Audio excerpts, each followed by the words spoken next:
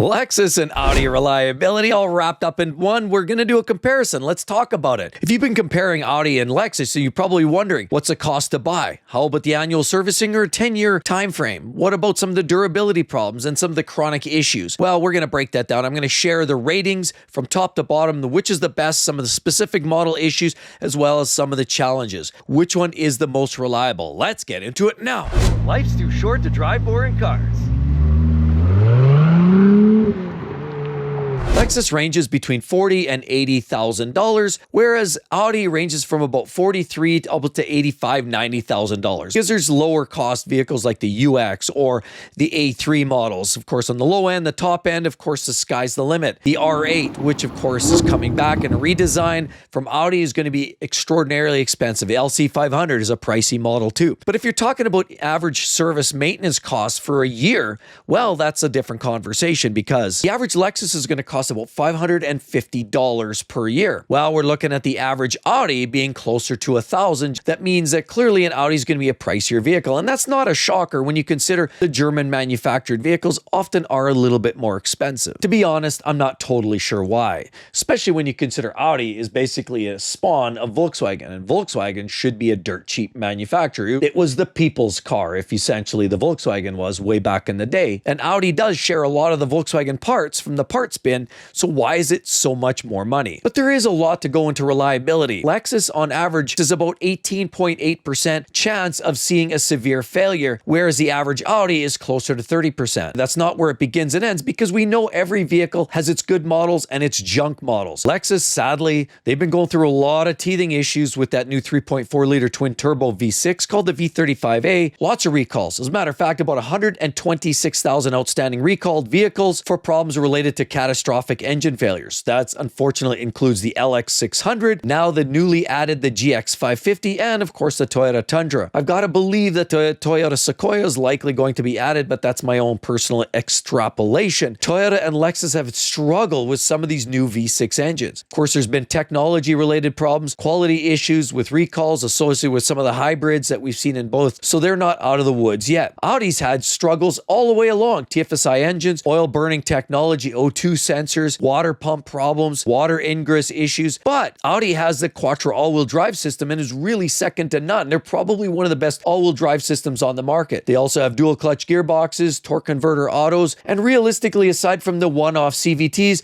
they're generally a pretty robust transmission system that Audi's running. Can you paint it all with the same brush? I mean, I've already said that some models are much better than others. You look at some of their basic 2-liter TFSI engines in Audi, they've had lots of problems with oil burning. Some of their A4s and A5s, A6s have had some troubles with some of their durability and their suspension parts and premature brake wear. But you look at vehicles like the TTRS and RS3 have that turbocharged 5-cylinder engine, which is known for high levels of durability. It's been around a long time, highly tunable, can literally take a beating. I mean, if you go and throw a ton of boost and high mods against a lot of Lexus vehicles, they're going to buckle right before your eyes. They're just not built for it. They don't have the longevity. They don't have the strength and durability, whereas this turbocharged 5-cylinder by Audi is a very robust unit. Thanks so much for all the new members supporting the channel. If you want your own emoji, priority questions, and sneak peek of a new video, or you just want to support the channel, be sure to hit down there, hit that link. That's going to do all the work for you. Thanks again so much, everybody. So what type of problems are you having with the average Lexus? Well, let's be honest. Lexus has a lot of durable vehicles. That being said, they're not out of the woods. The older generation GX had 4.6, 4.7 liter V8s. They were absolutely bulletproof. Unfortunately, the brand new version of the GX is a 550. It features that 3.4 and has part of a major recall defining tons of failures. Lexus has a lot of great engines like the 3.5 V6. That's not perfect. They had VVTi lines that were rupturing. They have coolant leaks like water pump problems in the V, hard difficulty in accessing with some of the engines in certain models like the ES, where you have the engine turned sideways and it's tough to get at maintenance like O2 sensors and spark plugs. But that being said, that V6 is quite durable with direct and port fuel injection means you don't get carbon fouling like many Audi vehicles. Audi, on the other hand, carbon fouling is the name of the game. O2 sensor failure, water pump failures, intake manifolds that are all combined with certain components or more modularity means that changing one part means changing a whole pile of parts. The average Lexus RX has very minor quirks, AC issues, of course, infotainment problems.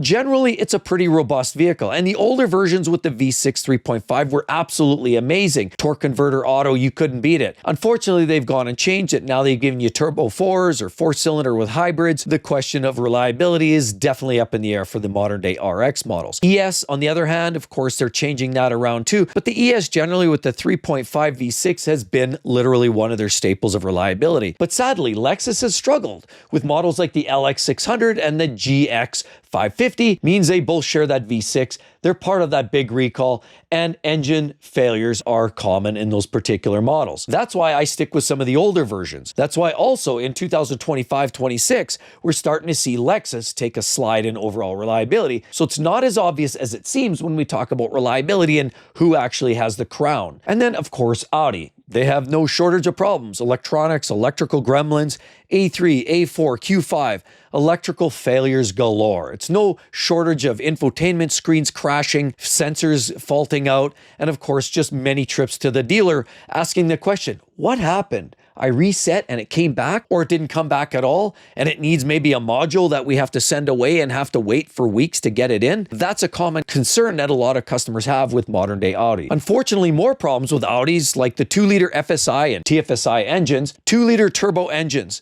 Lots of questions, lots of concerns. Means that you're going to be adding a quart of oil way too frequently. Forget about making it to the next oil change. You'll just be topping it up every single week or every couple of weeks. Audi's had a lot of problems with their DSC as well as their Multitronic gearbox. The Multitronic is a CVT transmission which essentially just eats itself internally. Eats up the sensors and the solenoids, and before you know it, the oil gets contaminated and it catastrophically fails. Now the DSG, on the other hand, another catastrophic failure, dual clutch gearbox. Some of the earlier generation transmissions for Audi just meant a lot of struggles and a lot of hardships, many trips to the dealer, and if you took care of it and you frequently serviced it, you could possibly keep it living a little bit longer. But unfortunately, that's not one of the highlights, and certainly one of those transmissions that Audi would like to say bye-bye to. Early models as well of Audis like the Q5, even vehicles like the A4 had problems back in 2011, 2012 related to timing chains. Chain tensioners, timing chains. We get the infamous timing chain rattle like a rattlesnake. Or throwing a bunch of marbles in a tin can and wrangling it around, you get the crink. That's the sound you're often getting. And when you hear that, that's essentially almost a death rattle. And that basically means you've probably got timing chain related issues. And if you have a timing chain, it often means either they're stretched or the tensioners aren't holding, or even worse, you've got guide ramps that have started to crumble. This is common problems with Audis, many generations of these Audis that are now 10 to 12 years of age. Many owners, unfortunately, are stuck with thousands of dollars in rectifying this problem. Catch it too late, and any engine that typically has piston and valve connecting because of an out-of-sync reaction means catastrophic engine failures and tens of thousands of dollars. According to IQS as well, Audi has had one of the highest catastrophic failure repair counts for 2025. Now, both brands clearly are not perfect. Which models would I look at? Well, if you're looking at an Audi, I typically am going to go with that Turbo 5, absolutely glorious engine, TTRS or RS3, or of course an R8, but that's extraordinary money. The V10, the early generation of the V10, which is the same as the Lamborghini Gallardo, is actually quite a sturdy engine. The newer 5.2 is even better, but you know what? Those are great engines. Expensive to maintain, but they're actually very reliable. The 4-liter twin-turbo V8, also an engine that's shared with many models like the RS7, RSQ8. Of course, we're also seeing those in many Porsches like the Cayenne, the Lamborghini Urus, a very durable engine. Now very expensive to replace and repair. There was, in fact, a little bit of an issue with the recall of some internal engine failures recently with some of those models, but that was a short span. Generally speaking, most of the Audis are most reliable if you stick with certain V6 engines, but most specifically later, I would just stick with the turbocharged 5. Now, on the other hand, Lexus, their older generation V6s were prone to oil leaks, again, VVTi lines, coolant leaks, puddling, pooling, of course, on top of the V, and they just just had leaks, and more leaks. And that was a bit of an annoyance. Electronic gadgets, dashboards that were melting, clunkiness in the rear suspension, electronics, HVAC systems, sunroofs that would blow out. Lexus wasn't perfect either. So which Lexus would I go? In late model, I would stick to anything that was teed up with a hybrid with a naturally aspirated 2.5. I would also stick, of course, with vehicles that had that 2.4 turbo. Unfortunately, that's what they give you these days. But most importantly, if you can still get a 3.5 liter V6 that's naturally aspirated, like the IS350, like the ES350, or any of those older, slightly older school 3 or 4-year-old RX models, 350, then you get a workhorse, durable vehicle. Currently, the only ones that I would really look at right now are vehicles like the IS500, the LC500, because they feature that naturally aspirated 5-liter engine that produces about 472 horsepower. Very reliable.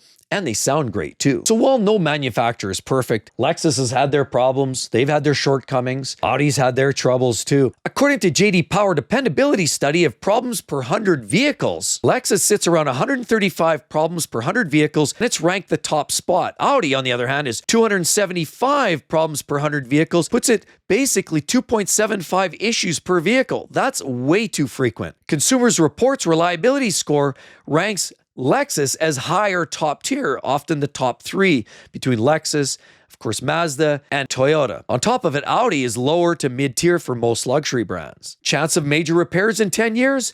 18.8% for the average Lexus and 31% for Audi. 10-year maintenance costs about $7,130 for your average Lexus, and for Audi, you're spending $10,213 according to Yahoo Autos. Annual average repair costs look to be around $550 according to Yahoo Autos, and for the average Audi, you're spending about $987 in an annual basis. Typical new starting MSRP, $40,000 to $80,000 for your average Lexus, and of course, you're a little bit more for your average Audi, $43,000 to $85,000.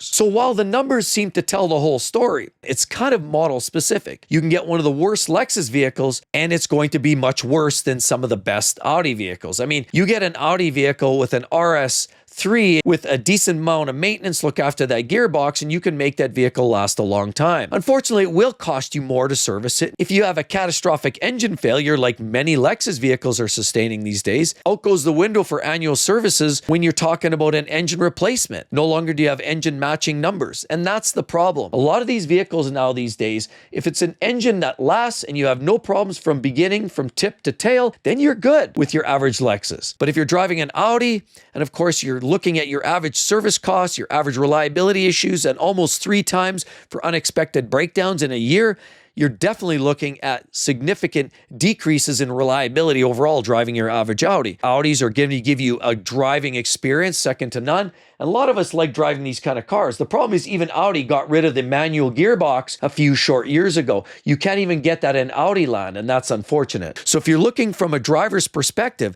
it feels like Audi has given up some of that raw driving dynamics and traded it more for the luxury experience. The problem is Lexus has a great luxury driving experience too, but it does it at a lower cost and an increased level of reliability. So if you're asking me, which is the most reliable brand? Definitely Lexus by a landslide. Definitely, if you want to see more in terms of overall reliability and which Lexus vehicles I would buy, right there. Those are the only 3 Lexus vehicles I would currently buy because none of them are perfect. Hope to see each and every one here real soon, everybody. Bye-bye.